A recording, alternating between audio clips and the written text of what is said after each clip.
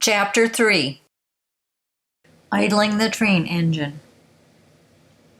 The Awakening Mind and the Science of Sleep. When the individual mind understands its own foundation and knows how to consciously penetrate the great depths of being, this awakening mind will know itself. The awakened mind is connected to the great I Am, the Infinite. Mind can truthfully be said to be a force from within. The awakened mind does not occupy objective space. There is neither length, breadth, nor thickness to mind. The awakened mind is in the fourth dimension, and for this reason does not require ordinary space to accommodate its immense vastness. The fourth dimension is the within of everything and is unfathomable. Mind develops by gaining deeper and higher states of consciousness of the great within, and as this inner realm is boundless, there is no end to the development of mind. To gain this inner consciousness, ordinary consciousness would be constantly deepened towards the unfathomable within, and to accomplish this, the two sides of the mind, both conscious and subconscious, must be placed in the best possible state of relationship and must be trained to properly act and react upon each other. The outer life develops and deepens in proportion to the coming forth of the inner life, and the quality and quantity of the inner life that is brought forth depends upon how the outer mind directs the inner mind and how the inner mind responds to that direction. These are many things that will assist consciousness in bringing these two minds into the most perfect working accord. When we learn that the mind is a force, or a vast aggregation of almost innumerable forces, we have the secret we are searching for. The center of every mental aggregate is a point of consciousness. The circumference of the objective side of mind, and that is something lies between the circumference and the center, is the subconscious. Some would call it dark matter, but is what most of the universe is made of. In other words, circumference is the conscious working side, and what lies beneath it is the subconscious. During the waking state, the forces of every mental aggregate move from the center towards the conscious awareness, but during sleep this process is reversed, moving towards subconscious awareness. During sleep, mind is being charged with power from the points of consciousness of the infinite. Upon waking up, this power is taken to the service and used in conscious life. The prime purpose of the waking state is to form new conceptions. Therefore, everything we do while awake should be done with this objective in mind. One of the principal objects of sleep is to carry these new concepts into the subconscious, where they can be developed into new creations. When we go to sleep, we enter the subconscious and take with us all the principal thoughts, desires, intentions, resolutions, and feelings that have formed in mind during the day. All of these will impress themselves upon the subconscious, more or less, and will produce reactions after their kind.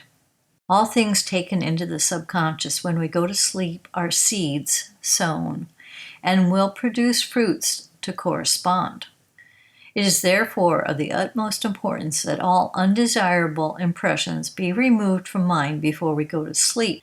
But it is also important that we go to sleep in such a way that the things we do wish to impress upon the subconscious may have the most favorable conditions possible. Since we discovered the power of thought, thinking has become a science and an art, instead of being as heretofore a reckless waste of precious energy. And now that we have discovered the true functions of sleep, we shall naturally aim to carry out this function properly, and will consequently make it a science and the art of sleep also. How to go to sleep is a great question because it determines not only what seeds are to be sown, but in what depth. In the first place, the physical conditions must be right. There should be no undigested food upon the stomach when you go to sleep. The circulation should be even throughout the system. If any part of the body is too warm or too cold, remedy the matter by equalizing the circulation. The circulation can be controlled by then mastery of the finest forces of the system, and these finer forces go wherever you concentrate subjectively. Concentrate with deep feeling upon the feet, and they will in a couple of minutes be comfortably warm, no matter how cold they were at first. If you are excited and there's too much activity in the brain, the circulation can be partly taken away from the brain by concentrating subjectively down through the entire system. The same method will remove all kinds of headaches and will also cure colds and fevers. Before you retire, the entire system should be evenly and comfortably warm all the way through. The next essential is to relax, to let go of all things that you may be holding on to with your mind or feeling. The body should rest on the right side because in that position the circulation will be more even and quiet. The necessity of placing the body in a perfectly still and relaxed state before going to sleep becomes very evident when we learn that disturbed action in the body will prevent mind from going fully into the subconscious, and the real purpose of sleep will be partly interfered with. We cannot fully recuperate or recharge the system with power from within unless we fully enter into the subconscious during sleep. If there is a disturbed condition of the nerves or an uneven circulation, neither can consciousness fully withdraw from the body while undigested food remains in the stomach. Before going to sleep, the mind should be made perfectly serene and should be completely purified from all undesirable impressions that may have formed during the day. To remove thoughts and impressions that you do not wish to carry into the subconscious, devote a few moments of affirming of the opposite ideals. As soon as you become conscious of the inner reality of a perfect thought, the opposite unpleasant thought will disappear. To produce perfect peace and stillness all through the mind and nervous system, direct attention for a few moments upon the brain center, holding in mind the idea of perfect peace. Having placed mind and body in the best possible condition, the next step is to turn all thoughts upon that which we wish to have impressed upon the subconscious. If you wish to impress the subconscious to do a certain thing for you tomorrow at a certain time, impress the fact upon your subconscious as you go to sleep. That is, hold the desire in mind and be deeply interested in the successful outcome, and also have full faith that the desired results will be secured. As soon as you are ready to go to sleep, turn your attention upon the brain center and gently draw all the forces of mind towards that center. When you feel the finer forces of mind during this process, you will fall to sleep instantly and go completely into the subconscious. The same method will cure all kinds of insomnia. The law is whatever we deeply impress upon the subconscious, that the subconscious will do without fail. And learning to go to sleep properly, we can fully comply with this universal law, thus ensuring the realization of practically every constructive desire that we may possess. Exercise number 5. Proper way to go to sleep. As we go to sleep, the seeds of our tomorrow are sown, so we must be conscious of preparation for sleep. Make sure there is no undigested food in your system before bedtime. It's best to stop consuming food about 3 hours before sleep if possible. For the hour before bedtime, do not watch distressing news or programming of any kind. There's a reason it's called programming, and you should be in charge of your own programming, not the media. Instead, listen to comforting music or meditative sessions to calm your body before preparing for sleep. Make sure that your body has an even temperature from head to toe. You can concentrate on each part, starting at the feet and working upward to make sure there is an even temperature upon your whole body. Be sure your entire body is relaxed so that you can properly associate with your subconscious during sleep. Impress upon your subconscious your desires for the next day. Be sure to be specific about time, quality, and quantity. Finally, draw your consciousness to the center of your being and you will relax into sleep. We have finished the exercise and are now returning to the text of the book. Learning how to go to sleep is a subject of the greatest importance, but knowing how to wake up is equally important. The purpose of sleep is twofold. First, to regain our strength, and secondly, to carry the experiences of the day into the subconscious so that the results of our daily efforts can be made a part of ourselves. When we go to sleep, the center of consciousness goes into the subconscious and is recharged with new power and returns to the objective mind with this power when we wake up.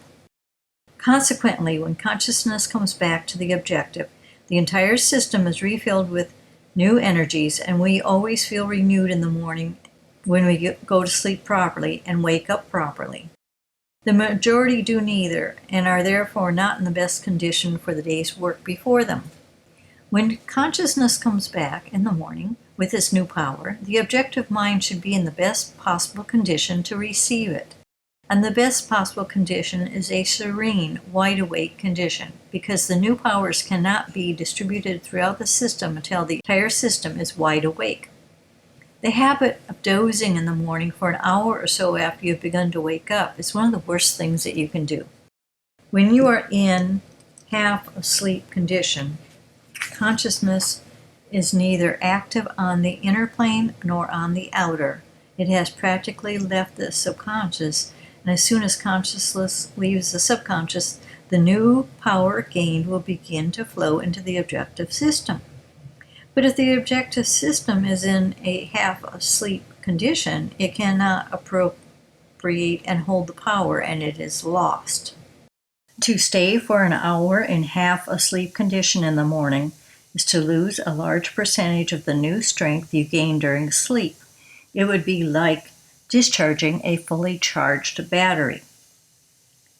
If you wake up before you wish to get up, try to go fully to sleep again, but if you do not feel inclined that way, devote the extra time to concentration. The hour before rising is the best for this purpose, providing you have already had 7 or 8 hours sleep. When you are not fully asleep, you should be fully awake. Intermediate states are wasteful and stupefying. When consciousness comes back from the subconscious, it is generally filled with fresh ideas that can be put to good use during the day.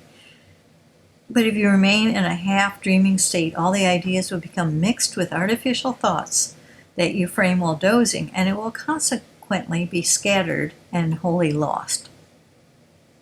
The new ideas that we gain while asleep must find a clear, serene, and wide-awake mind when we wake up, or we shall lose them. If you are in search of ideas or methods through which to promote your progress or success, direct the subconscious to find them. They will be found all right, and if you wake up in a clear, serene attitude, you will remember them. After becoming wide awake, remain for some time, an hour or more, in a deep state of quiet interest concerning what you wish to accomplish during the day. The subconscious has been working for the promotion of the day's work, and you will want to keep the ideas, thoughts, and mental forces focused upon this purpose until the objective mind has fully taken them up. You can go about your morning duties while your mind is thus preparing itself, because all thinking connected with the process will be easy and quiet. Hard thinking, anxious thinking must be avoided, the object being to hold the outer mind in such a condition that the new life and thought from within, now at hand, may enter objective consciousness. To go to sleep properly and to wake up properly are two of the great essentials in this work, and one cannot afford to ignore them in the least.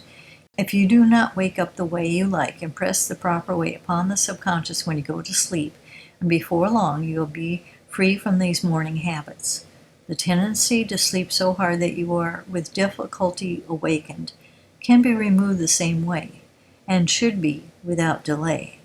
It is not normal to be a heavy sleeper, nor is it normal to be a light sleeper. Both conditions can be removed by impressing upon the subconscious the desire for natural sleep.